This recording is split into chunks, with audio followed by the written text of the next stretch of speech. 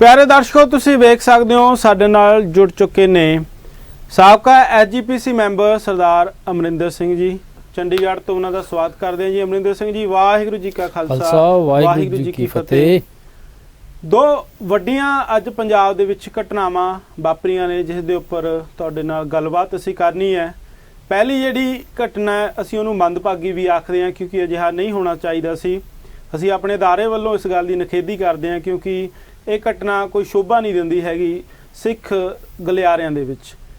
SGPC ਪ੍ਰਧਾਨ सरदार हरजिंदर सिंह धामी बंदी ਸਿੰਘਾਂ ਦਾ ਜਿਹੜਾ ਮੋਰਚਾ ਲੱਗਿਆ ਚੰਡੀਗੜ੍ਹ ਮੋਹਾਲੀ ਦੀਆਂ ਬਰੂਹਾਂ ਦੇ ਉੱਪਰ ਉੱਥੇ ਜਾਂਦੇ ਨੇ ਕਿਉਂਕਿ ਉਹਨਾਂ ਦਾ ਕਹਿਣਾ ਹੈ क्योंकि ਕਾਨਫਰੰਸ ਜਿਹੜੀ ਉਹਨਾਂ ਨੇ ਕੀਤੀ ਆ ਸਫਾਈ ਦਿੱਤੀ ਆ ਉਹਦੇ ਵਿੱਚ ਕਿਹਾ ਉਹਨਾਂ ਨੇ ਕਿ ਮੈਨੂੰ ਸੱਦਾ ਆਇਆ ਸੀ मैं जा रहा इस करके पहुँचे हैं नाल 20 मैंबर उन्होंने सन तो उन्होंने ये भी कहा कि असी मुहिम भी चलाई हुई है जिहड़े 10 तक ने सिग्नेचर 10 लाख के करीब सानू मिल चुके ने तो उन्होंने अपनी स्थिति भी बयान की कि शीशा जिहड़ा गड्डी दा अगे वाला भी भन्निया गया पिछे वाला भी एक बंदा मूहरे लंबा भी पै गया सी। अमरिंदर सिंह दी साफ तौर पर दोषी उन्होंने सरकार नू ठहराया। उन्होंने कहा कि सरकार की जिम्मेवारी बनती सी कि जदों अजिहे ताने लगते ने तां उत्थे दा जिहड़ा अमन कानून जिहड़ा ओह वेखना सरकार की जिम्मेवारी हुंदी है। ते नाल दी नाल उन्होंने कांग्रेस के उपर भी कमेंट कस दिता जिहदे विच ओह कहंदे सानू साफ दिखाई दे रहे ने कि 5-7 दिन इत्थे यात्रा जिहड़ी चली है जिन्हां ने कौम दा घाण कीता उन्हां दे राहां दे विच कोई नहीं आया। ते असीं साडी सिरमौर संस्था जिहड़ी असीं जदों अपनी गल करदे हां अपने बंदी ਸਿੰਘਾਂ ते साडे नाल तुसीं टकराओ जिहा कर रहे हो ते नाल ही उन्हां ने भी कहा कि जिहड़ी उत्थे दे प्रबंधक ने उन्हां नूं भी दोषी विच ठहराया गया है। इस घटना ते तुसीं की कहना चाहोगे? देखो, सब तो पहला तो मेरी बेनती है जिवें तुसीं गल कीता कि भी ये गल नहीं होनी चाहिए, भरा मारू जंग जिहड़ी नहीं होनी चाहिए। पर मैं मनदा कि बई जिहड़ी ताड़ी आ एक हत्थ नाल कदी नहीं वजदी हुंदी। जिहड़े अपना धामी साहब हैगे आ, धामी साहब दी दे आपां गल करिए ते अजे तक श्रोमणी गुरुद्वारा प्रबंधक कमेटी ने गुरु ग्रंथ साहब महाराज की जिहड़ी बेअदबी हुई है उहदे बारे अपना मूँह नहीं खोलिया कि उहदी निखेधी नहीं कीती है, उहदे मंग नहीं कीती है सरकार कोलों कि बई जिहड़े दोषी आ सामने आण। उस दे उपर उन्होंने बड़ी लंबी चुप्पी धारी हुई है और लोगों की प्रोटेस्ट तो बाद धारी हुई है। दूसरी बेनती ये है कि बई जिहड़ी ओह गल कर रहे हैं, सुखबीर बादल ने भी ट्वीट करके कहा कि एजेंसियां दा काम है ये। मैं सुखबीर बादल जी नूं पुछना चाहता है कि किहड़ियां एजेंसियां अज उन्हां नूं दिखण लग गईयां जदों तुसीं आप चिट्ठियां पा के इन्हां बंदी ਸਿੰਘਾਂ ਨੂੰ ਕਹਿੰਦੇ ਸੀ कि इन्हां दी पंजाब दे विच ट्रांसफर नहीं होनी चाहिए। ਜਿਹੜੇ ਕਾਤਲ ਪੁਲਿਸ ਵਾਲਿਆਂ ਨੇ ਇਹਨਾਂ ਤੇ ਮੁਕੱਦਮੇ ਬਣਾਏ, ਇਹਨਾਂ ਦੇ ਹੋਰ ਜਿਹੜੇ ਸਿੰਘ ਜਿਹੜੇ ਸ਼ਹੀਦ ਕੀਤੇ ਆ ਉਹਨਾਂ ਲਈ ਤੁਸੀਂ ਸਰਕਾਰ ਦੇ ਖਜ਼ਾਨੇ ਖੋਲ ਦਿੱਤੇ ਤੇ ਸੁਪਰੀਮ ਕੋਰਟ ਦੇ ਵਿੱਚ ਪੈਰਵਾਈ ਕੀਤੀ ਤੇ ਜਸਟਿਸ ਨੂੰ ਡਿਫੀਟ ਕੀਤਾ। ਜਦੋਂ ਤੁਸੀਂ ਉਦੋਂ ਤੁਹਾਨੂੰ ਇਹ ਸੋਚਣਾ ਚਾਹੀਦਾ ਸੀ ਕਿ ਵੀ ਕਦੀ ਸਾਨੂੰ ਇਸ ਚੀਜ਼ ਦਾ ਵਿਰੋਧ ਵੀ ਝੇਲਣਾ ਪੈ ਸਕਦਾ ਹੈ। ਸੋ ਉਹ ਜਿਹੜਾ ਸਮਾਂ हैगा अज सामने आपां नूं देखण नूं मिल रहा है कि जदों श्रोमणी गुरुद्वारा प्रबंधक कमेटी जिहड़ी संस्था हैगी है बहुत ही उच्च म्यारी संस्था सिरमौर संस्था हैगी है, उच्च दमालड़ी संस्था हैगी है सिखां दी, उस नूं किस तरीके दे नाल तुसीं अपने कब्जे दे विच लै के उहनूं मधोलिया, गुरु ग्रंथ साहब दे स्वरूप जिहड़े आ उत्थों गायब कीते गए और मतलब किहड़ियां बड़ी लंबी फरिश्त है जे आपां गिणाण लगिए ते उस दा मतलब पूरा घाण कीता, तखत साहिबान दा घाण कीता, उहनां दी जिहड़ी मर्यादा हैगी उहनां दी जिहड़ी सर्वोच्चता हैगी है उस नूं तुसीं नगाउणा कीता।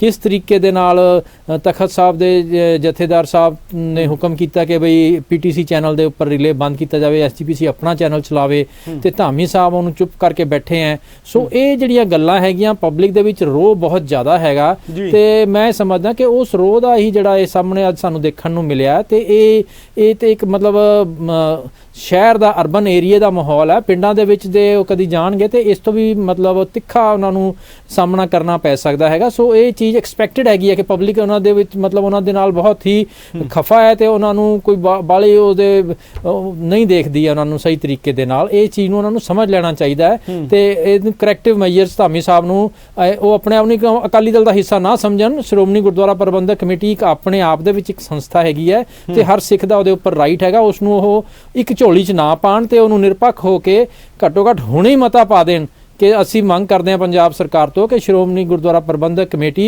बरगाड़ी बैबल कलां कोटकपूरा दे विच जो मंदभागीआं घटनावां होईआं उन्हां दी न्यायिक जांच मंगदी है, उन्हां दे विच जिहड़े बंदे मारे गए हैं उन्हां नूं राहत दित्ती जावे। इस तरीके दीआं गल्लां बहुत हैगीआं ते बेअदबी दे मामले दे उपर भी जिहड़ी चुप्पी धारी होई है ਉਹ भी मतलब खल रही है, उन्हां नूं बोलना चाहिए इहदे उपर। पंजाब सरकार निपुंसक है, सरकार ਦੀ ਜ਼ਿੰਮੇਵਾਰੀ ਬਣਦੀ ਸੀ ਅਜਿਹਾ ਨਾ ਹੁੰਦਾ।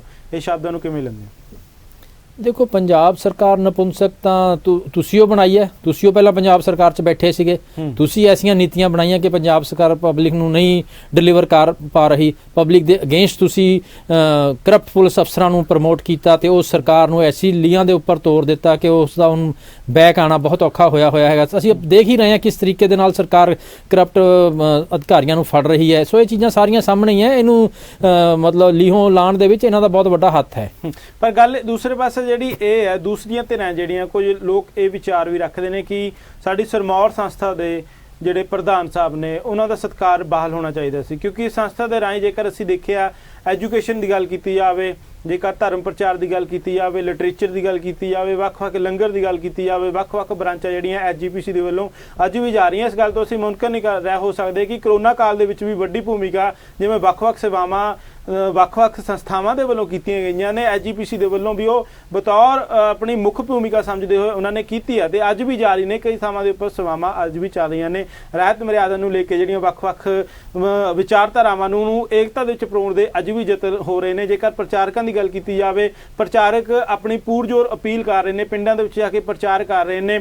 ਜੇਕਰ ਦੇਖੀ ਜਾਵੇ ਜਿਹੜਾ ਧਰਮ ਦਾ ਖਿੱਤਾ ਹੈ ਉਹਦੇ ਵਿੱਚ ਯੂਪੀ ਬਿਹਾਰ ਦਾ ਜਿਹੜਾ ਮਿਸ਼ਨ ਆ ਉਹਨੂੰ ਲੈ ਕੇ ਵੱਖ-ਵੱਖ ਥਾਵਾਂ ਦੇ ਲੈਂਗੁਏਜ ਦੇ ਉੱਪਰ ਵੀ ਜਿਹੜਾ ਪ੍ਰਚਾਰ ਹੋ ਰਿਹਾ ਹੈ। ਪਰ ਮੁੱਦਾ ਇਹ ਹੈ ਜਿਹੜਾ ਦੂਸਰੇ ਪਾਸੇ ਸਵਾਲ ਤੁਹਾਨੂੰ ਮੈਂ ਪੁੱਛਣਾ ਚਾਹਾਂਗਾ ਕਿ ਜਿਹੜਾ ਜਿਸ ਤਰ੍ਹਾਂ ਇੱਕ ਪਾਸੇ ਅਸੀਂ ਕਹਿ ਰਹੇ ਹਾਂ, ਦੂਸਰੇ ਪਾਸੇ ਜਿਹੜੇ ਪ੍ਰਬੰਧਕ ਜਾ ਕੇ ਖੁਦ ਸੱਦਾ ਦੇ ਕੇ ਆਉਂਦੇ ਨੇ ਕਿ ਆਓ ਸਾਨੂੰ ਹਮਾਇਤ ਦੀ ਲੋੜ ਹੈ। ਜਿਵੇਂ ਸੰਤ ਬਲਜੀਤ ਸਿੰਘ ਦਾਦੂਵਾਲ ਵੀ ਗਏ ਨੇ, ਉਹਨਾਂ ਨੂੰ ਵੀ ਤਿੱਖੇ ਸਵਾਲਾਂ ਦਾ ਵਿਰੋਧ ਜਿਹੜਾ ਉੱਥੇ ਸਾਹਮਣਾ ਕਰਨਾ ਪਿਆ। ਤੇ ਜਿਸ ਤਰ੍ਹਾਂ ਇਹ ਜਿਹੜੀ ਘਟਨਾ ਵਾਪਰੀ ਆ, ਤੁਹਾਨੂੰ ਕੀ ਲੱਗਦਾ ਹੈ ਕਿ ਬੰਦੀ ਸਿੰਘਾਂ ਦੀ ਰਿਹਾਈ ਲਈ ਜਿਹੜੇ ਪ੍ਰਬੰਧਕ ਨੇ ਉੱਥੇ ਜਿਨ੍ਹਾਂ ਨੇ ਮੋਰਚਾ ਲਾਇਆ, ਕਿਉਂ ਇਸ ਦੇ ਉੱਪਰ ਐਕਸ਼ਨ ਉਹਨਾਂ ਨੂੰ ਲੈਣਾ ਚਾਹੀਦਾ? ਕਿਉਂਕਿ ਗਰੇਜ ਕਰਨਗੇ ਹੋਰ ਵੀ ਜਿਹੜੇ ਵੱਡੇ ਚਿਹਰੇ ਨੇ, ਵੱਡੀਆਂ ਸ਼ਖਸੀਅਤਾਂ ਨੇ, ਅਜਿਹੀ ਘਟਨਾ ਤੋਂ ਹੋਰ ਵੀ ਗਰੇਜ ਕਰ ਸਕਦੇ ਨੇ ਕਿ ਜਿੱਥੇ ਸਮਰਥਨ ਦੇਣ ਦੀ ਜਗ੍ਹਾ ਇਸ ਜਿਹੜਾ ਕਮਜ਼ੋਰ ਵੀ ਹੋ ਸਕਦਾ ਹੈ ਜਿਹੜਾ ਧਰਨਾ ਲੱਗਿਆ ਹੋਇਆ। ਦੇਖੋ, ਜਿਹੜੀ ਤੁਸੀਂ ਸੰਸਥਾ ਦੀ ਗੱਲ ਕੀਤੀ ਹੈ, ਸੰਸਥਾ ਦੇ ਵਿੱਚ ਕੋਈ ਨੁਕਸ ਨਹੀਂ ਹੈ। ਨੁਕਸ ਜਿਹੜਾ ਹੈਗਾ ਉਹਦੀ ਲੀਡਰਸ਼ਿਪ ਦੇ ਵਿੱਚ ਹੈਗਾ। ਉਹ ਖਾਲੀ ਇੱਕ ਏਜੰਡੇ ਨੂੰ ਲੈ ਕੇ ਮੋਰਚਾ ਨਹੀਂ ਲੱਗਿਆ ਹੋਇਆ। ਮੋਰਚਾ ਜਿਹੜਾ ਗੁਰੂ ਗ੍ਰੰਥ ਸਾਹਿਬ ਦੀ ਬੇਅਦਬੀ ਦਾ ਵੀ ਉਹਦੇ ਵਿੱਚ ਹੀ ਬੈਨਰ ਦੇ ਵਿੱਚ ਤੇ ਉਹਨਾਂ ਦੇ ਜਿਹੜੇ ਏਜੰਡੇ ਦੇ ਵਿੱਚ ਉਹ ਗੱਲ ਹੈਗੀ ਹੈ। ਸੋ 2-3 ਮੰਗਾਂ ਨੂੰ ਲੈ ਕੇ ਮੋਰਚਾ ਲੱਗਿਆ ਹੋਇਆ ਤੇ ਮੈਂ ਸਮਝਦਾ ਕਿ ਵੀ ਧਾਮੀ ਸਾਹਿਬ ਨੂੰ ਉਸ ਦੇ ਉਸ ਮੰਗਾਂ ਚੋਂ ਇੱਕ ਮੰਗ ਨੂੰ ਲੈ ਕੇ ਨਾ ਚੱਲਣ। ਉਹ ਕਲੈਕਟਿਵ ਜਿੰਨੀਆਂ ਮੰਗਾਂ ਹੈਗੀਆਂ ਸਾਰਿਆਂ ਦੀ ਗੱਲ ਕਰਨ। ਉਹ ਜਦੋਂ ਉਹ ਇੱਕ ਮੰਗ ਦੀ ਗੱਲ ਕਰਦੇ ਆ, ਬਾਕੀ ਮੰਗਾਂ ਤੋਂ ਅੱਖਾਂ ਮੀਟ ਲੈਂਦੇ ਆ ਤੇ ਉਦੋਂ ਪ੍ਰੋਬਲਮ ਹੁੰਦੀ ਹੈ। ਉਹਨਾਂ ਦੀ ਸਾਰੀ ਮੰਗਾਂ ਦੀ ਗੱਲ ਕਰਨ, ਉਹ ਬੇਅਦਬੀ ਵਾਲੇ ਮਸਲੇ ਤੇ ਵੀ ਗੱਲ ਕਰਨ, ਉੱਥੇ ਉਹ ਨਹੀਂ ਕਰ ਰਹੇ। ਬੰਦੀ ਸਿੰਘਾਂ ਦੀ ਗੱਲ ਜ਼ਰੂਰ ਕਰ ਰਹੇ ਕਿ ਮਤਲਬ 128 ਰੂਪਾਂ ਦੀ ਗੱਲ ਜਿਹੜੀ ਉਹ ਚੁੱਪ ਹੋ ਜਾਂਦੇ ਆ। ਤਾਂ ਉਹਨਾਂ ਨੂੰ ਮਤਲਬ ਉਹ ਸਾਰੀਆਂ ਮੰਗਾਂ ਜਿਹੜੀਆਂ ਪੰਥਕ ਮੰਗਾਂ ਹੈਗੀਆਂ ਤੇ ਪੰਥ ਦੀ ਸਿਰਮੌਰ ਜਥੇਬੰਦੀ ਹੀ ਜੇ ਨਹੀਂ ਬੋਲੇਗੀ ਤਾਂ ਉਹਦੀ ਲੀਡਰਸ਼ਿਪ ਦੇ ਉੱਪਰ ਵੱਡੇ ਸਵਾਲ ਖੜੇ ਹੋਣਗੇ। ਤੇ ਮੇਰੀ ਬੇਨਤੀ ਧਾਮੀ ਸਾਹਿਬ ਨੂੰ ਇਹੀ ਹੈ ਕਿ ਵੀ ਉਹ ਆਪਣੀ ਜ਼ਿੰਮੇਵਾਰੀ ਨੂੰ ਸਮਝਣ ਤੇ ਆਪਣੇ ਪਾਰਟੀ ਨੂੰ ਪਾਸੇ ਰੱਖ ਕੇ ਜਥੇ ਆਪਣੀ ਐਸਜੀਪੀਸੀ ਜਿਹੜੀ ਹੈਗੀ ਹੈ, ਸ਼੍ਰੋਮਣੀ ਗੁਰਦੁਆਰਾ ਪ੍ਰਬੰਧਕ ਕਮੇਟੀ ਹੈ, ਉਸ ਦੇ ਇਤਿਹਾਸ ਨੂੰ, ਉਸ ਦੇ ਫਰਜ਼ਾਂ ਨੂੰ ਪੂਰਤੀ ਕਰਨ ਵੱਲ ਜਾਣ। ਉਹ ਸਰਦਾਰ ਸਾਹਿਬ ਕੀ ਲੱਗਦਾ ਇਸ ਘਟਨਾ ਤੋਂ ਬਾਅਦ ਜਿਹੜਾ ਧਰਨਾ ਲੱਗਿਆ ਉਹਦੇ ਵਿੱਚ ਕਿਸ ਤਰ੍ਹਾਂ ਦੀ ਜਿਹੜੀ ਅੱਗੇ ਮੂਵਮੈਂਟ ਰਹੇਗੀ? ਕੋਈ ਮਾਨਸਿਕ ਤੌਰ ਤੇ ਜਿਹੜੇ ਪ੍ਰਬੰਧਕ ਨੇ ਉਹਨਾਂ ਨੂੰ ਬਲ ਡਿੱਗੇਗਾ ਜਾਂ ਫਿਰ ਇਹ ਅੱਗੇ ਕੰਟੀਨਿਊ ਇਸ ਤਰ੍ਹਾਂ ਹੀ ਚੱਲਦਾ ਰਹੇਗਾ? ਦੇਖੋ, ਫਿਲਹਾਲ ਤਾਂ ਨਖੇਦੀ ਵਿਸ਼ਵ ਪੱਧਰ ਦੇ ਉੱਪਰ ਇਸ ਗੱਲ ਦੀ ਕੀਤੀ ਜਾ ਰਹੀ ਹੈ। ਮੈਂ ਸਮਝਦਾ ਕਿ ਨਹੀਂ, ਐਸਾ ਕੋਈ ਵੱਡਾ ਉਹਨਾਂ ਨੂੰ ਧੱਕਾ ਲੱਗਣ ਵਾਲੀ ਕੋਈ ਗੱਲ ਦਿਖ ਨਹੀਂ ਰਹੀ ਹੈ। ਪਰ ਉਹ ਆਪਣੀ ਚਾਲ ਚੱਲਦੇ ਰਹਿਣਗੇ, ਭਾਵੇਂ ਕਿ ਉਹ ਹੁੰਗਾਰਾ ਅਜੇ ਤੱਕ ਵੀ ਜਿਹੜਾ ਜ਼ਿਆਦਾ ਪਬਲਿਕ ਉੱਥੇ ਦੇਖਣ ਨੂੰ ਨਹੀਂ ਮਿਲ ਰਹੀ। ਲੇਕਿਨ ਬੰਦਾ ਤਾਂ ਇੱਕੋ ਹੀ ਬੈਠਾ ਹੋਵੇ ਬਹੁਤ ਹੁੰਦਾ ਅਟੈਂਸ਼ਨ ਸੀ ਕਰਨ ਲਈ, ਕਿਉਂਕਿ ਮਸਲਾ ਜਿਹੜਾ ਹੈਗਾ ਬੰਦੀ ਸਿੰਘਾਂ ਦਾ ਜਿਹੜਾ ਮਸਲਾ ਹੈਗਾ, ਉਹਨਾਂ ਦੀਆਂ ਲੰਬੀਆਂ ਸਜ਼ਾਵਾਂ ਨੂੰ ਦੇਖਦੇ ਹੋਏ ਉਹਨਾਂ ਨੂੰ ਰਾਹਤ ਜਿਹੜੀ ਦਿਵਾਉਣੀ ਹੈ ਉਹ ਬਣਦੀ ਹੈ। ਤੇ ਉਹ ਜਿਹੜੇ ਅੱਜ ਉਹ ਜਿਹੜੀ ਪੋਜੀਸ਼ਨ ਦੇ ਵਿੱਚ ਬੰਦੀ ਸਿੰਘ ਪਹੁੰਚੇ ਆ, ਉਸ ਪੋਜੀਸ਼ਨ ਦੇ ਵਿੱਚ ਪਹੁੰਚਾਉਣ ਲਈ ਇਹਨਾਂ ਦਾ ਖੁਦ ਦਾ ਰੋਲ ਬਹੁਤ ਜ਼ਿਆਦਾ ਹੈ। ਪ੍ਰੋਬਲਮ ਇੱਥੇ ਆਉਂਦੀ ਹੈ ਕਿ ਜਿਹੜੇ ਬੰਦਿਆਂ ਨੇ ਖੁਦ ਉਹਨਾਂ ਨੂੰ ਉੱਥੇ ਜਾ ਕੇ ਮਤਲਬ ਬਿਠਾਇਆ, ਇੰਨੀ ਲੰਬੀ ਸਮੇਂ ਦੇ ਵਿੱਚ ਉਹਨਾਂ ਨੂੰ ਫਸਾਇਆ ਹੋਇਆ ਹੈ, ਉਸ ਦੇ ਜਿਹੜੇ ਮਤਲਬ ਗੁਨਾਹਗਾਰ ਆ ਉਹ ਖੁਦ ਹੀ ਕਹਿ ਰਹੇ ਕਿ ਅਸੀਂ ਹੁਣ ਇਹਨਾਂ ਦੇ ਰੱਖਿਅਕ ਬਣ ਕੇ ਆ ਰਹੇ ਹਾਂ, ਤੁਸੀਂ ਸਾਨੂੰ ਦੁਬਾਰਾ ਲੀਡਰ ਮੰਨੋ ਤੇ ਅਸੀਂ ਦੁਬਾਰਾ ਇਹਨਾਂ ਨੂੰ ਛੁਡਾਵਾਂਗੇ। ਇਹਦੇ ਵਿੱਚ ਜਿਹੜਾ ਪੇਚ ਫਸਿਆ ਹੋਇਆ ਤੇ ਇਹ ਇੱਥੋਂ ਨਿਕਲਣਾ ਜ਼ਰੂਰੀ ਹੈ। ਤੇ ਮੇਰੀ ਬੇਨਤੀ ਇਹ ਹੈ ਕਿ ਬਈ ਧਾਮੀ ਸਾਹਿਬ ਆਪਣੇ ਫਰਜ਼ਾਂ ਨੂੰ ਪਛਾਣ ਕੇ ਵੱਡਾ ਦਿਲ ਕਰਕੇ ਸਾਰੀਆਂ ਗੱਲਾਂ ਦੀ ਮੰਗ ਕਰਨ। ਸੋ ਵੇਖਦੇ ਹਾਂ, ਉਹਨਾਂ ਨੇ ਇਹ ਵੀ ਕਿਹਾ ਕਿ ਅਸੀਂ ਮੁੱਖ ਮੁੱਦਿਆਂ ਦੇ ਉੱਪਰ ਜਿਹੜਾ ਪਹਿਰਾ ਦਿੰਦੇ ਰਹਾਂਗੇ, ਆਵਾਜ਼ ਚੁੱਕਦੇ ਰਹਾਂਗੇ। ਸੋ ਵੇਖਦੇ ਹਾਂ ਕਿ ਆਉਣ ਵਾਲੇ ਸਮੇਂ ਦੇ ਵਿੱਚ ਕਿਸ ਤਰ੍ਹਾਂ ਦੀਆਂ ਉਹਨਾਂ ਦੀਆਂ ਗਤੀਵਿਧੀਆਂ ਰਹਿਣਗੀਆਂ।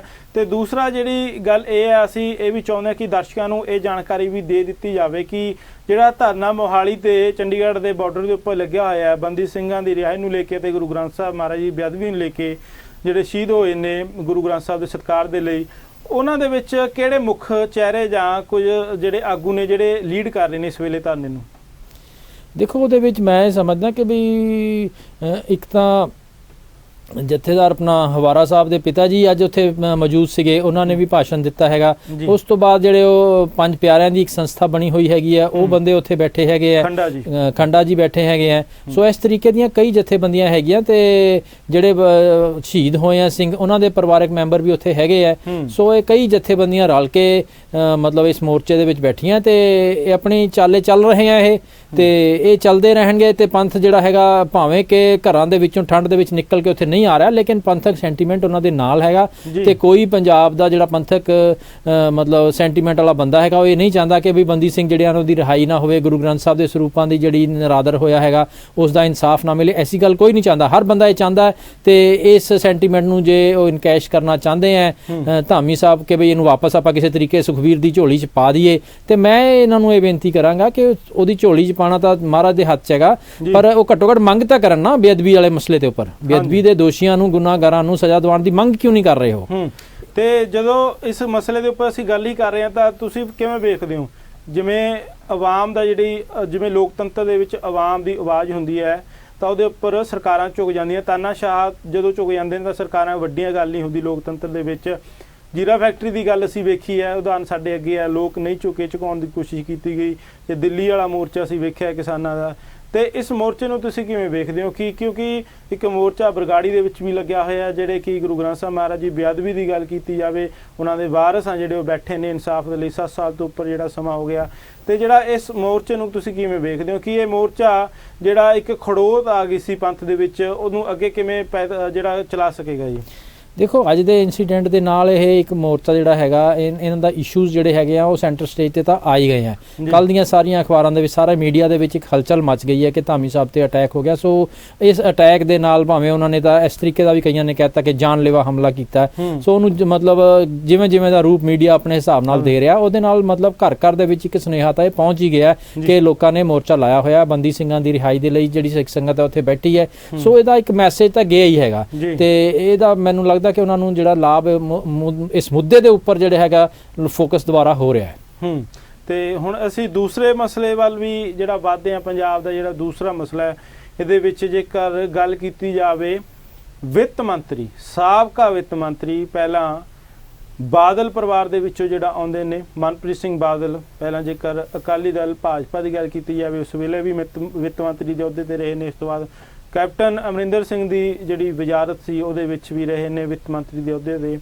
ਤੇ ਅੱਜ ਕੱਲ ਕਾਂਗਰਸ ਕੋਈ ਰਾਸ ਨਹੀਂ ਆਈ, ਕਾਂਗਰਸ ਛੱਡ ਕੇ ਬੀਜੇਪੀ ਦਾ ਪੱਲਾ ਜਿਹੜਾ ਫੜ ਚੁੱਕੇ ਨੇ, ਅੱਜ ਬੀਜੇਪੀ ਦੇ ਵਿੱਚ ਜਾ ਚੁੱਕੇ ਨੇ। ਤੇ ਭਾਸ਼ਣ ਸੁਣਦਿਆਂ ਬੜੀਆਂ ਹੀ ਤਾਰੀਫਾਂ ਜਿਹੜੀਆਂ ਉਹਨਾਂ ਦੇ ਵੱਲੋਂ ਪੰਜਾਬ ਦੇ ਲੋਕਾਂ ਦੀਆਂ ਕੀਤੀਆਂ ਜਾ ਰਹੀਆਂ ਸਨ। ਅਮਿਤ ਸ਼ਾਹ ਦੀ ਵੀ ਜਿਹੜੀ ਤਾਰੀਫ ਕੀਤੀ ਗਈ ਸੀ, ਸ਼ੇਰ ਸ਼ਬਦ ਜਿਹੜੇ ਵਰਤੇ ਗਏ।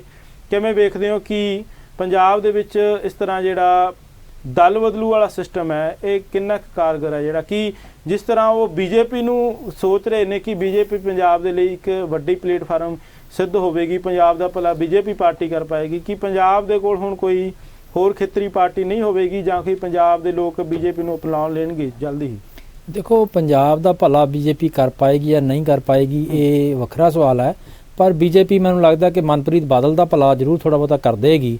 ਤੇ ਜੇਕਰ ਆਪਾਂ ਤੁਸੀਂ ਦਲ ਬਦਲੂ ਦੀ ਗੱਲ ਕੀਤੀ ਹੈ ਤੇ ਜੇ ਇਹਨਾਂ ਦੇ ਕਰੈਕਟਰ ਵੱਲ ਝਾਤ ਮਾਰੀ ਜਾਵੇ, ਜਦੋਂ ਇਹਨਾਂ ਦੀ ਜਿਹੜੀ ਪੋਲੀਟੀਕਲ ਲਾਈਫ ਜਿਹੜੀ ਸ਼ੁਰੂਆਤ ਹੁੰਦੀ ਹੈ ਇਹ 1994-95 ਦੇ ਵਿੱਚ ਜਦੋਂ ਇਹਨਾਂ ਨੇ ਪਹਿਲੀ ਵਾਰੀ ਗਿੱਦੜਬਾਹ ਤੋਂ ਚੋਣ ਲੜੀ ਤੇ ਇਹਨਾਂ ਦੇ ਤਾਇਆ ਜੀ ਸਰਦਾਰ ਪ੍ਰਕਾਸ਼ ਸਿੰਘ ਬਾਦਲ ਇਹਨਾਂ ਨੂੰ ਸਜਾ ਧਾ ਕੇ ਪੂਰਾ ਨਵਾ ਧਵਾ ਕੇ ਅਕਾਲ ਤਖਤ ਸਾਹਿਬ ਤੇ ਲੈ ਗਏ ਸੀ ਤੇ ਉੱਥੇ ਇਹਨਾਂ ਨੇ ਅੰਮ੍ਰਿਤਪਾਨ ਕੀਤਾ ਤੇ ਉੱਪਰ ਦੀ ਗਾਤਰਾ ਪਾਇਆ, ਦਾੜਾ ਪ੍ਰਕਾਸ਼ ਕੀਤਾ ਤੇ ਉਹ ਸਾਰਾ ਜਿਹੜੀਆਂ ਫੋਟੋਆਂ ਅਖਬਾਰਾਂ ਦੇ ਵਿੱਚ ਉਸ ਵੇਲੇ ਛਪੀਆਂ ਤੇ ਪੰਥ ਨੂੰ ਇਹ ਦਿਖਾਇਆ ਗਿਆ ਕਿ ਬਈ ਇਹ ਪੰਥ ਦਾ ਵੱਡਾ ਸੇਵਾਦਾਰ ਜਿਹੜਾ ਹੈਗਾ ਹੁਣ ਅਸੀਂ ਅਕਾਲ ਤਖਤ ਸਾਹਿਬ ਤੋਂ ਇਹਨੂੰ ਸ਼ੁਰੂ ਕਰ ਰਹੇ ਹਾਂ। ਤੇ ਪੰਥ ਨੇ ਇਹਨਾਂ ਨੂੰ ਵੋਟਾਂ ਪਾਈਆਂ, ਇਹਨਾਂ ਨੂੰ ਜਿਤਾਇਆ ਤੇ ਮਤਲਬ ਦਲ ਬਦਲੂ ਦੀ ਜੇ ਤੁਸੀਂ ਗੱਲ ਜਿਹੜਾ ਚਿਹਰਾ ਦੱਸ ਰਹੇ ਹੋ ਉਹ ਮਤਲਬ ਬੰਦਾ ਇਲੈਕਸ਼ਨ ਜਿੱਤਣ ਤੋਂ ਥੋੜੇ ਦੇਰ ਬਾਅਦ ਹੀ ਤੇ ਪੰਥ ਨੇ ਦੇਖਿਆ ਵੀ ਇਹਨੇ ਤਾਂ ਗਾਤਰਾ ਵੀ ਉਤਾਰਤਾ, ਇਹਨੇ ਦਾੜੀ ਵੀ ਕੁਤਰਤੀ ਹੈ ਤੇ ਇਹ ਤਾਂ ਮਤਲਬ ਬੰਦਾ ਹੀ ਕੁਝ ਹੋਰ ਹੀ ਚੀਜ਼ ਨਿਕਲ ਗਈ ਹੈ ਤੇ ਉਹਨੇ ਦਲ ਆਪਣਾ ਬਦਲ ਲਿਆ।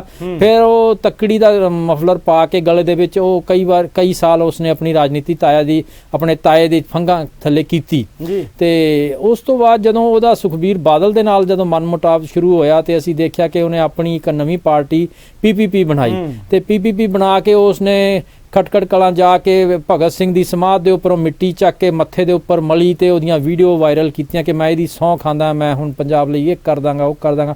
ਉਹ ਚੀਜ਼ਾਂ ਵੀ ਅਸੀਂ ਦੇਖੀਆਂ ਸਾਰੀਆਂ। ਤੇ ਜਦੋਂ ਫਿਰ ਉਹ ਵੀ ਇਹਦਾ ਚਾਅ ਥੋੜਾ ਜਿਹਾ ਉਤਰ ਗਿਆ ਤੇ ਫਿਰ ਇਹ ਭਾਈ ਸਾਹਿਬ ਜਿਹੜੇ ਹੈਗੇ ਆ ਕਾਂਗਰਸ ਪਾਰਟੀ 'ਚ ਚਲੇ ਗਏ ਤੇ ਉੱਥੇ ਜਾ ਕੇ ਇਹਨਾਂ ਨੇ ਰੱਜ ਕੇ ਆਨੰਦ ਮਾਣਿਆ ਤੇ ਆਪਣੀ ਸੱਤਾ ਭੋਗੀ ਤੇ ਸਾਰੀਆਂ ਜਿਹੜੇ ਆਪਣੇ ਸੱਤਾ ਦੇ ਜਿਹੜੇ ਕੰਮ ਹੁੰਦੇ ਆ ਉਹ ਕਾਰ ਵਿਹਾਰ ਕੀਤੇ। ਤੇ ਉਸ ਤੋਂ ਬਾਅਦ ਹੁਣ ਜਦੋਂ ਇਹਨਾਂ ਨੂੰ ਦਿਖਿਆ ਕਿ ਬਈ ਪੰਜਾਬ ਦੇ ਵਿੱਚ ਜਿਹੜੀ ਸੱਤਾ ਹੈਗੀ ਆ ਉਹ ਕਾਂਗਰਸ ਪਾਰਟੀ ਕੋਲੋਂ ਖੁੱਸ ਗਈ ਹੈ ਤੇ ਉਦੋਂ ਤੋਂ ਹੀ ਆਪਣੇ ਘਰ ਬੈਠੇ ਸੀਗੇ ਤੇ ਅਜੇ ਮਤਲਬ ਸਾਲ ਵੀ ਨਹੀਂ ਹੋਇਆ ਇਸ ਗੱਲ ਨੂੰ ਤੇ ਉਹ ਸਾਲ ਦੇ ਵਿੱਚ ਹੀ ਮਤਲਬ ਇਹਨਾਂ ਦਾ ਮੋਹ ਭੰਗ ਜਿਹੜਾ ਉੱਥੋਂ ਵੀ ਹੋ ਗਿਆ ਤੇ ਇਹ ਇਹਨਾਂ ਨੇ ਫਿਰ ਨਵਾਂ ਦਰਵਾਜ਼ਾ ਖੜਕਾਲਤਾ ਹੁਣ। ਤੇ ਭਾਰਤੀ ਜਨਤਾ ਪਾਰਟੀ ਹੁਣ ਦੇਖੋ 2024 ਦੇ ਵਿੱਚ ਇਹਨਾਂ ਨੂੰ ਕੀ ਦਾ ਖੇਡਦੀ ਹੈ, ਐਮਪੀ ਦੇ ਉੱਪਰ ਇਹਨਾਂ ਦਾ ਦਾ ਖੇਡੇਗੀ ਜਾਂ ਕੁਝ ਹੋਰ ਦੇਗੀ, ਇਹ ਸਮੇਂ ਦੇ ਗਰਭ ਦੇ ਵਿੱਚ ਹੈਗਾ ਤੇ ਗੱਲਾਂ ਸਾਹਮਣੇ ਆ ਜਾਣਗੀਆਂ ਹੋਰ 5-6 ਮਹੀਨਿਆਂ ਦੇ ਵਿੱਚ। ਸੋ ਇਸ ਤਰੀਕੇ ਦਾ ਇਹਨਾਂ ਦਾ ਕਿਰਦਾਰ ਹੈ ਤੇ ਇਹ ਲੋਕ ਜਿਹੜੇ ਆ ਇਹ ਸੱਤਾ ਤੋਂ ਪਰੇ ਰਹਿ ਹੀ ਨਹੀਂ ਸਕਦੇ। ਇਹ ਇਹਨਾਂ ਦੀ ਕੋਈ ਮਤਲਬ ਵਿਚਾਰਧਾਰਾ ਨਹੀਂ ਹੈ, ਇਹਨਾਂ ਦੀ ਵਿਚਾਰਧਾਰਾ ਕੁਰਸੀ ਹੈ। ਸੋ ਇਹ ਕੁਰਸੀ ਦੇ ਆਲੇ ਦੁਆਲੇ ਮੰਡਰਾਣ ਵਾਲੇ ਭੌਰੇ ਹੈਗੇ ਆ ਤੇ ਇਹ ਸੰਘਰਸ਼ਸ਼ੀਲ ਯੋਧੇ ਨਹੀਂ ਹੈ। ਭਾਵੇਂ ਡਰਾਮਾ ਇਹ ਬਥੇਰਾ ਕਰਦੇ ਆ, ਕਦੀ ਅਕਾਲ ਤਖਤ ਸਾਹਿਬ ਤੇ ਗਾਤਰਾ ਪਾਉਂਦਾ ਤੇ ਕਦੀ ਉੱਥੇ ਜਾ ਕੇ ਖਟਕੜ ਕਲਾਂ ਉਹਦੀ ਸਮਾਧ ਚੋਂ ਮਿੱਟੀ ਚੱਕ ਕੇ ਮੱਥੇ ਤੇ ਲਾਉਂਦਾ ਤੇ ਅੱਜ ਹੁਣ ਇਹ ਅਮਿਤ ਸ਼ਾਹ ਜੀ ਨੂੰ ਸ਼ੇਰ ਬੱਬਰ ਦੱਸ ਰਿਹਾ ਤੇ ਚਲੋ ਇਹ ਤਾਂ ਹੁਣ ਕੀ ਕਹਿ ਸਕਦੇ ਆ ਐਸੇ ਬੰਦਿਆਂ ਦਾ ਜੀ। ਤੇ ਅਸੀਂ ਚਾਹੁੰਦੇ ਹਾਂ ਕਿ ਜਾਂਦੇ ਜਾਂਦੇ ਦਰਸ਼ਕਾਂ ਨੂੰ ਕੀ ਸੰਦੇਸ਼ ਦੇਣਾ ਚਾਹੋਗੇ ਜਿਹੜਾ ਅੱਜ ਦਾ ਘਟਨਾਕ੍ਰਮ ਵਾਪਰਿਆ ਉਹਦੇ ਉੱਪਰ ਤੁਸੀਂ ਦਰਸ਼ਕਾਂ ਦੇ ਲਈ ਕੀ ਸੰਦੇਸ਼ ਦੇਣਾ ਚਾਹੋਗੇ? ਦੇਖੋ ਮੇਰੀ ਬੇਨਤੀ ਦਰਸ਼ਕਾਂ ਨੂੰ ਇਹੀ ਹੈ ਕਿ ਆਪਾਂ ਗੁਰੂ ਮਹਾਰਾਜ ਦਾ ਪੰਥ ਹੈ, ਇਹਨੂੰ ਭਰਾ ਮਾਰੂ ਜੰਗ ਦੇ ਵਿੱਚ ਇਹਨੂੰ ਨਾ ਤਬਦੀਲ ਕਰੀਏ। ਜੇਕਰ ਧਾਮੀ ਸਾਹਿਬ ਨਹੀਂ ਵੀ ਮੰਗ ਕਰ ਰਹੇ ਤੇ ਆਪਾਂ ਸਬਰ ਦਾ ਘੁੱਟ ਭਰੋ, ਸਾਨੂੰ ਪਤਾ ਹੈ ਆਪਾਂ ਉਸ ਨੂੰ ਹਿੰਸਕ ਰੂਪ ਨਾ ਧਾਰਨ ਕਰੀਏ। ਸਮਾਂ ਆਏਗਾ ਤੇ ਵੋਟਾਂ ਦੇ ਰਾਹੀਂ ਆਪਾਂ ਇਹਨਾਂ ਦੇ ਨਾਲ ਸਾਰਾ ਕੁਝ ਨਜਿੱਠਿਆ ਜਾ ਸਕਦਾ ਹੈ। ਮੇਰੀ ਸੰਗਤ ਨੂੰ ਇਹ ਅਪੀਲ ਹੈ ਤੇ ਬਈ ਆਪਾਂ ਇਹਨੂੰ ਹਿੰਸਾ ਦੇ ਵਿੱਚ ਇਹਨੂੰ ਨਾ ਤਬਦੀਲ ਕਰੀਏ ਤੇ ਇਹਦੇ ਵਿੱਚ ਹੀ ਸਾਡੀ ਜਿਹੜੀ ਹੈ ਫਤਿਹ ਲੁਕੀ ਹੋਈ ਹੈ। ਜਿਵੇਂ ਤੁਸੀਂ ਕਿਹਾ ਕਿ ਜਿਹੜੀ ਸੰਸਥਾ ਹੁੰਦੀ ਆ ਉਹ ਸਰਮੌਰ ਹੁੰਦੀ ਆ, ਪਰ ਸੰਸਥਾ ਦੇ ਸੰਚਾਲਕ ਕਿਸੇ ਹੱਦ ਤੱਕ ਜਿਹੜਾ ਉਹਨਾਂ ਦੇ ਕਰੈਕਟਰ ਦੇ ਵਿੱਚ ਨਿਗਾਰ ਆ ਜਾਂਦਾ, ਜਿਸ ਕਰਕੇ ਜਿਹੜਾ ਸੰਸਥਾ ਦੀ ਵੀ ਬਦਨਾਮੀ ਹੁੰਦੀ ਆ। ਤੇ ਜੇਕਰ ਹੁਣ ਵੇਖਿਆ ਜਾਵੇ ਇਲੈਕਸ਼ਨ ਆ ਜਿਹੜੀ ਐਜੀਪੀਸੀ ਦੀ ਕਾਫੀ ਸਮਾਂ ਨਹੀਂ ਹੋਈ, ਕਾਫੀ ਜਿਹੜੀਆਂ ਪੰਥਕ ਧਿਰਾਂ ਨੇ ਉਹਨਾਂ ਦਾ ਜਿਹੜਾ ਧਿਆਨ ਹੈ ਸਾਰਾ ਇਸ ਇਲੈਕਸ਼ਨ ਦੇ ਉੱਪਰ ਹੈ, ਐਜੀਪੀਸੀ ਦੀ ਇਲੈਕਸ਼ਨ ਦੇ ਉੱਪਰ। ਇਸ ਦੀ ਕੋਈ ਅਪਡੇਟ ਹੈਗੀ ਹੈ ਤਾਂ ਜਾਣਕਾਰੀ ਤੁਸੀਂ ਦਰਸ਼ਕਾਂ ਨੂੰ ਜ਼ਰੂਰ ਦਿਓ। ਦੇਖੋ ਇਸ ਦੀ ਅਪਡੇਟ ਅਜੇ ਫਿਲਹਾਲ ਤਾਂ ਕੋਈ ਨਹੀਂ ਹੈ। ਸੈਂਟਰ ਸਰਕਾਰ ਦੇ ਹੱਥ ਦੇ ਵਿੱਚ ਇਲੈਕਸ਼ਨ ਹੈਗੀ ਹੈ ਤੇ ਆਪਾਂ ਦੇਖਿਆ ਕਿ ਭਗਵੰਤ ਇਹ ਵੀ ਕਹਿ ਦਿੱਤਾ ਜਾਂਦਾ ਕਿ ਪੰਜਾਬ ਸਰਕਾਰ ਜਿਵੇਂ ਕੈਪਟਨ ਅਮਰਿੰਦਰ ਸਿੰਘ ਤੇ ਦੋਸ਼ ਲਾਏ ਜਾਂਦੇ ਨੇ ਕਿ ਉਹਨਾਂ ਨੇ ਦਫ਼ਤਰ ਹੀ ਨਹੀਂ ਦਿੱਤਾ ਸਰਾਉ ਨੂੰ। ਨਹੀਂ, ਦਫ਼ਤਰ ਤਾਂ ਚਲੋ ਇੱਕ ਦਿਨ 'ਚ ਦਿੱਤਾ ਜਾ ਸਕਦਾ, ਪਰ ਅਲਟੀਮੇਟਲੀ ਜਿਹੜੀ ਪਾਵਰ ਹੈ ਇਲੈਕਸ਼ਨ ਨੂੰ ਕੰਡਕਟ ਕਰਨ ਦੀ ਉਹ ਸੈਂਟਰਲ ਗਵਰਨਮੈਂਟ ਦੇ ਹੱਥ ਦੇ ਵਿੱਚ ਹੈਗੀ ਹੈ। ਤੇ ਹੁਣ ਮਨਪ੍ਰੀਤ ਬਾਦਲ ਜੀ ਦੇ ਜਿਹਨੂੰ ਸ਼ੇਰ ਬੱਗਾ ਦੱਸ ਰਹੇ ਆ ਅਮਿਤ ਸ਼ਾਹ ਜੀ ਨੂੰ, ਉਹਨਾਂ ਦੇ ਕੋਲੋਂ ਇਹ ਫਾਈਲ ਅੱਗੇ ਸਰਕਵਾ ਦੇਣ। ਜੇ ਉਹ ਵਾਕਈ ਹੀ ਸੰਜੀਦਾ ਹੈਗੇ ਆ, ਮਾੜਾ ਮੋਟਾ ਉਹਨਾਂ ਨੂੰ ਪੰਜਾਬ ਦੇ ਨਾਲ ਮੋਹ ਪਿਆਰ ਹੈਗਾ, ਪੰਜਾਬ ਲਈ ਉਹ ਕੁਝ ਕਰਨਾ ਚਾਹੁੰਦੇ ਆ ਤੇ ਕਿਉਂਕਿ 11 ਸਾਲ ਹੋ ਚੁੱਕੇ ਆ, ਪਬਲਿਕ ਵੀ ਜਿਹੜੀ ਚਾਹੁੰਦੀ ਹੈ ਕਿ ਨਵੇਂ ਚਿਹਰੇ ਅਸੀਂ ਇਲੈਕਟ ਕਰੀਏ, ਜਿਨ੍ਹਾਂ ਤੋਂ ਅਸੀਂ ਤੰਗ ਆਏ ਹੋਏ ਹਾਂ ਉਹਨਾਂ ਨੂੰ ਬਾਹਰ ਦਾ ਰਸਤਾ ਦਿਖਾਈਏ। ਲੇਕਿਨ ਜਦ ਤੱਕ ਉਹ ਇਲੈਕਸ਼ਨ ਨਹੀਂ ਹੋਏਗੀ ਤੇ ਉਹ ਜਿਹੜਾ ਮਤਲਬ ਇੱਕ ਲੌਕ ਜੈਮ ਬਣਿਆ ਹੋਇਆ ਉਹ ਬਣਿਆ ਰਹੇਗਾ। ਅਮਰਿੰਦਰ ਸਿੰਘ ਜੀ, ਇਸ ਮਸਲੇ ਦੇ ਉੱਪਰ ਤੁਸੀਂ ਕੀ ਸਮਝਦੇ ਹੋ ਕਿ ਇਹ ਇਸ ਤਰ੍ਹਾਂ ਦਾ ਵਰਤੀਰਾ ਜਿਹੜਾ ਇਲੈਕਸ਼ਨ ਨੂੰ ਲੈ ਕੇ ਕੇਂਦਰ ਦਿਲਚਸਪੀ ਕਿਉਂ ਨਹੀਂ ਦਿਖਾ ਦਿੰਦੀ? ਦੇਖੋ, ਦਿਲਚਸਪੀ ਨਾ ਦਿਖਾਉਣ ਦਾ ਮਸਲਾ ਨਹੀਂ ਹੈ, ਮੈਂ ਕਹਿੰਦਾ ਦਿਲਚਸਪੀ ਦਿਖਾ ਰਿਹਾ ਉਹ। ਕੇਂਦਰ ਦੀ ਆਪਾਂ ਜਿਹੜਾ ਇਹ ਗੱਲ ਕਹਿੰਦੇ ਕਿ ਦਿਲਚਸਪੀ ਨਹੀਂ ਹੈ, ਮੇਰਾ ਇਹ ਮੰਨਣਾ ਉਹਦੀ ਐਕਸਟਰਾ ਦਿਲਚਸਪੀ ਹੈ। ਇੱਕ ਤਾਂ ਹੁੰਦਾ ਨਾ ਬੰਦਾ ਮਤਲਬ ਸੈਂਸਿਟਿਵ ਹੁੰਦਾ, ਇੱਕ ਹੁੰਦਾ ਐਕਸਟਰਾ ਸੈਂਸਿਟਿਵ ਹੈ ਸਿੱਖਾਂ ਦੇ ਮਸਲਿਆਂ ਦੇ ਉੱਪਰ। ਉਹਨਾਂ ਦੇ ਜਿਹੜੀ ਮਤਲਬ ਦਿਲਚਸਪੀ ਬਹੁਤ ਹੈ, ਉਹਨਾਂ ਦੀ ਬੜੀ ਗਹਿਰੀ ਨਿਗਾਹ ਉਹਦੇ ਤੇ ਸ਼ਬਦ ਵਰਤੇ ਜਾਂਦੇ। ਹਾਂ, ਨਹੀਂ ਕੋਈ ਅਣਗੌਲਿਆ ਨਹੀਂ ਹੈ, ਉਹ ਵੱਧ ਗੌਲਿਆ ਹੋਇਆ ਉਹ ਇਸੇ ਕਰਕੇ ਫਾਈਲਾਂ ਜਿਹੜੀਆਂ ਉਹ ਦੱਬੀ ਬੈਠੇ ਆ। ਜੇ ਅਣਗੌਲਿਆ ਹੋਵੇ ਤਾਂ ਫਾਈਲ ਨਿਕਲ ਜਾਂਦੀ ਹੈ ਰੂਟੀਨ ਵਰਕ ਦੇ ਵਿੱਚ। ਉਹ ਫਾਈਲ ਇਲੈਕਸ਼ਨ ਵਾਲੀ ਰੂਟੀਨ ਵਰਕ 'ਚ 5 ਸਾਲ ਬਾਅਦ ਨਿਕਲ ਜਾਣੀ ਸੀ, ਲੇਕਿਨ ਉਹਨੂੰ ਵਿਲਫੁਲੀ ਉਸਨੂੰ ਦੱਬਿਆ ਹੋਇਆ। ਖੋਲ ਵੀ ਦਿਓ ਥੋੜੇ ਜਿਹਾ ਕੀ ਮਤਲਬ ਕੀ ਨਹੀਂ, ਚਲੋ ਬਸ ਫੱਤੇ ਤਾਂ ਹੁਣ ਕੀ ਖੋਲਦੇ। ਮੈਂ ਇੰਨਾ ਬਹੁਤ ਕਹਤਾ ਵੀ ਕੋਈ ਅਣਗੌਲਿਆ ਹੋਇਆ ਪੰਜਾਬ ਅਣਗੌਲਿਆ ਹੋਇਆ ਨਹੀਂ ਹੈ। ਪੰਜਾਬ ਦੇ ਵੱਲੋਂ 2 ਅੱਖਾਂ ਨਹੀਂ, ਉਹਨਾਂ ਦੀ ਤੀਸਰੀ ਅੱਖ ਵੀ ਪੰਜਾਬ ਤੇ ਲੱਗੀ ਹੋਈ ਹੈ। ਸੋ ਉਹਦੇ ਕਰਕੇ ਹੀ ਜਿਹੜੀ ਹੈ ਚੋਣਾਂ ਨਹੀਂ ਹੋ ਰਹੀਆਂ। ਤੇ ਬਾਕੀ ਭਾਈ ਰਣਜੀਤ ਸਿੰਘ ਜੀ ਨੇ ਜ਼ਰੂਰ ਕਿਹਾ ਹੋਇਆ ਕਿ ਵੀ ਮੈਂ ਫਰਵਰੀ ਦੇ ਮਹੀਨੇ ਉੱਥੇ ਜਾ ਕੇ ਅਰਦਾਸ ਬੇਨਤੀ ਕਰਕੇ ਤੇ ਸੰਗਤ ਨੂੰ ਲੈ ਕੇ ਜਾਵਾਂਗਾ ਤੇਜਾ ਸਿੰਘ ਸਮੁੰਦਰੀ ਹਾਲ ਦੇ ਵਿੱਚ। ਤੇ ਉਹ ਕਿੰਨਾ ਕੁ ਪ੍ਰੈਸ਼ਰ ਬਿਲਡ ਅਪ ਕਰ ਪਾਉਣਗੇ ਇਹ ਸਾਨੂੰ ਆਉਣ ਵਾਲੇ ਮਹੀਨੇ 2 ਮਹੀਨੇ ਦਾ ਵੀ ਦੇਖਣ ਨੂੰ ਮਿਲੇਗਾ। ਸੋ ਪੰਥਕ ਅਕਾਲੀ ਲਹਿਰ ਦੇ ਵੱਲੋਂ ਉਹਦੇ ਮੁਖੀ ਜਥੇਦਾਰ ਸਾਬਕਾ ਜਥੇਦਾਰ ਭਾਈ ਰਣਜੀਤ ਸਿੰਘ ਦਾ ਜਿਹੜਾ ਇਹ ਕਦਮ ਕਿੰਨਾ ਕੁ ਕਾਰਗਰ ਸਾਬਤ ਹੋਵੇਗਾ, ਵੇਖਣਯੋਗ ਹੋਵੇਗਾ। ਪਰ ਪੰਜਾਬ ਦੇ ਵਿੱਚ ਐਜੀਪੀਸੀ ਇਲੈਕਸ਼ਨ ਨੂੰ ਲੈ ਕੇ ਵੱਖ-ਵੱਖ ਜਿੱਥੇ ਰਾਜਨੀਤਿਕ ਧਿਰਾਂ ਦੇ ਵਿੱਚ ਦਿਲਚਸਪੀ ਹੈ, ਲੋਕ ਚਾਹੁੰਦੇ ਨੇ, ਉਸ ਤਰ੍ਹਾਂ ਹੀ ਆਮ ਜਿਹੜੇ ਸਿੱਖ ਨੇ, ਜਿਹੜੇ ਸਿੱਖ ਵੋਟਰ ਨੇ ਉਹ ਵੀ ਚਾਹੁੰਦੇ ਨੇ। ਪਰ ਵੱਡੀਆਂ ਗੰਭੀਰ ਸਮੱਸਿਆਵਾਂ ਵੀ ਹੋਣਗੀਆਂ।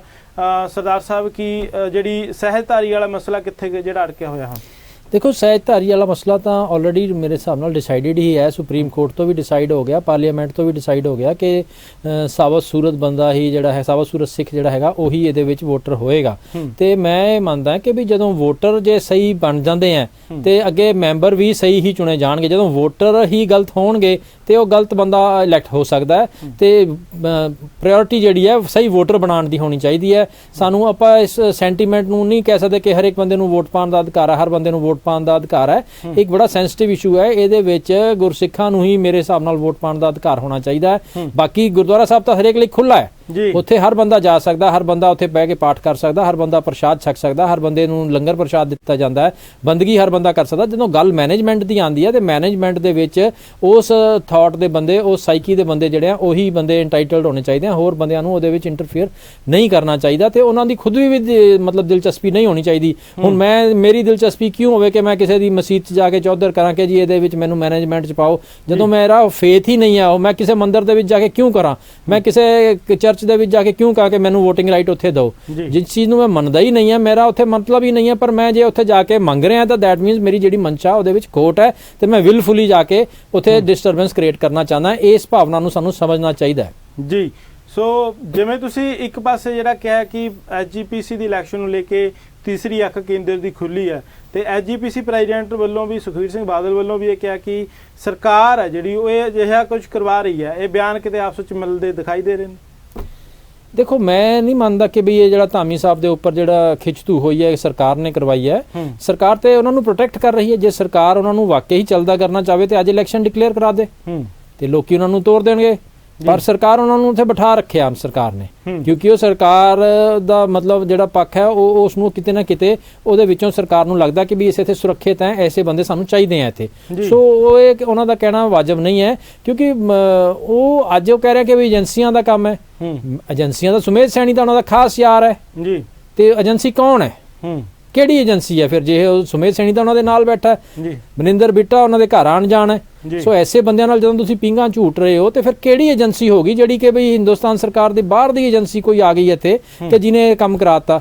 ਸੋ ਇਹ ਗੱਲ ਵੇਗ ਹੈ, ਉਹ ਫਰਸਟ੍ਰੇਸ਼ਨ ਦੇ ਵਿੱਚ ਦਿੱਤਾ ਹੋਇਆ ਬਿਆਨ ਹੈ ਉਹਨਾਂ ਦਾ ਜੀ।